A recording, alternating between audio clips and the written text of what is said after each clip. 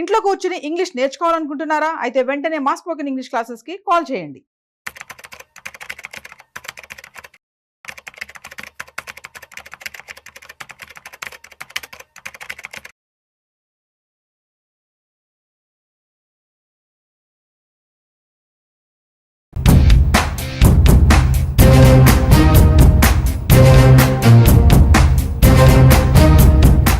అందరి చూపు మరికొన్ని గంటల్లో రానున్న బడ్జెట్ అంచనాల వైపే. నిర్మలమ్మ పద్దుల్లో ధరల్లో తగ్గేవేవి, పెరిగేవేవి, ఆదాయ పన్ను రేట్లు, స్లాబుల్లో వచ్చే మార్పులేంటి, చేర్పులేంటి, విధానపరమైన నిర్ణయాలు, ప్రాధాన్యాల్లో ఎలాంటి మార్పులు వస్తాయి, సామాన్య ప్రజల నుంచి మధ్యతరగతి వారి వరకు, సాధారణ ఉద్యోగుల నుంచి పరిశ్రమ వర్గాల వరకు అందరి చూపు ఫిబ్రవరి 1 వైపే. 2025కి నిర్మలమ్మ వేసే పద్దుతో కలిసొచ్చేది ఎవరికి, సవాళ్లుగా మారేది ఎవరికి?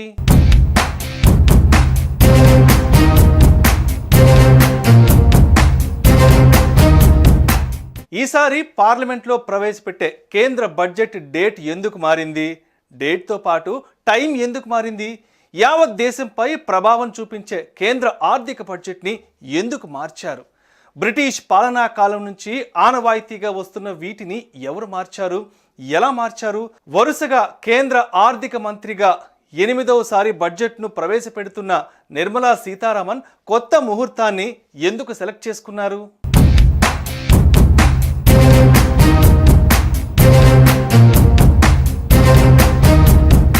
ఫిబ్రవరి 1న ఉదయం 11 గంటలకు పార్లమెంట్లో కేంద్ర ఆర్థిక మంత్రి నిర్మలా సీతారామన్ బడ్జెట్ను ప్రవేశపెట్టబోతున్నారు. అయితే గతంలో కేంద్ర బడ్జెట్ను పార్లమెంట్లో సాయంత్రం 5 గంటలకు ప్రవేశపెట్టేవారు. కానీ ఆ సమయాన్ని ఉదయం 11 గంటలకు మార్చారు. అలాగే గతంలో ఫిబ్రవరి మాసం చివరి రోజున బడ్జెట్ను ప్రవేశపెట్టేవారు. కానీ దీనిని సైతం ఫిబ్రవరి 1వ తేదీకి మార్చారు. పార్లమెంట్లో కేంద్ర బడ్జెట్ను సాయంత్రం ప్రవేశపెట్టడం అనే ఆనవాయితీ కొన్ని దశాబ్దాలుగా కొనసాగుతోంది. అలా సాయంత్రం ఎందుకు బడ్జెట్ను ప్రవేశపెట్టేవారంటే భారత్, యునైటెడ్ కింగ్డమ్ మధ్య వర్తక వాణిజ్యం కొనసాగుతూ ఉండేది. యునైటెడ్ కింగ్డమ్ నుంచి భారత్ స్వాతంత్రం సంపాదించుకున్న సంగతి అందరికీ తెలిసిందే. అదీ కాక యునైటెడ్ కింగ్డమ్, భారతదేశాల మధ్య 5.5 గంటలు టైం వ్యత్యాసం ఉంటుంది. సాయంత్రం ప్రవేశపెడితే కాలమానం ప్రకారం లండన్లో ఉదయం అయ్యేది. దీంతో భారత్ బడ్జెట్ వల్ల తమకు కలిగే ప్రయోజనాలపై లండన్ చర్చించేది. ఇక వార్షిక బడ్జెట్ను ఫిబ్రవరి నెల లాస్ట్ వర్కింగ్ డే రోజు పార్లమెంటులో ప్రవేశపెట్టేవారు.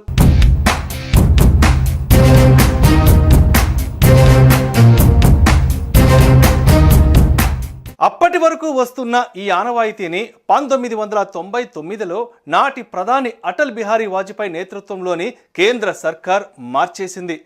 అటల్ బిహారీ వాజ్పేయి కేబినెట్లో ఆర్థిక మంత్రిగా యశ్వంత్ సిన్హా 1998 నుంచి 2002 వరకు పనిచేశారు. ఆయన కేంద్ర ఆర్థిక బడ్జెట్ ఉదయం 11 గంటలకు పార్లమెంటుకు సమర్పించాలని సూచించారు. దీనివల్ల పార్లమెంట్లో డీప్ డిస్కషన్ జరుగుతోందని ఆయన చెప్పుకొచ్చారు. దీంతో 1999 ఫిబ్రవరి 27వ తేదీన యశ్వంత్ సిన్హా దేశంలో తొలిసారి ఉదయం 11 గంటలకు పార్లమెంటుకు బడ్జెట్ను సమర్పించారు. అప్పటి నుంచి ఇప్పటి వరకు ఈ రూల్ని అందరు కేంద్ర ఆర్థిక మంత్రులు క్రమం తప్పకుండా పాటిస్తూ వస్తున్నారు.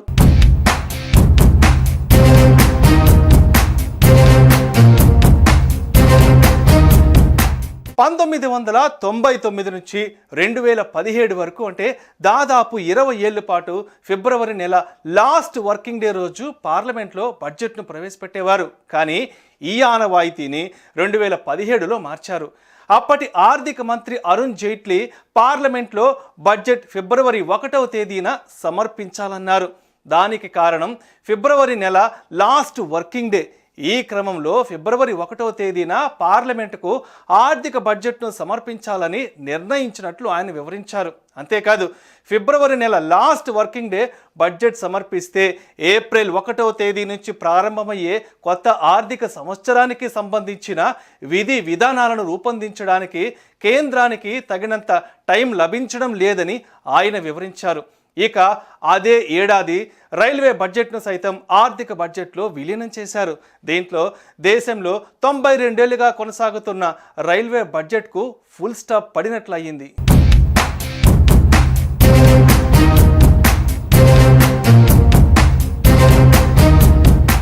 అయితే బడ్జెట్ ప్రవేశపెట్టే తేదీ మార్పుపై వివాదం కూడా నెలకొంది.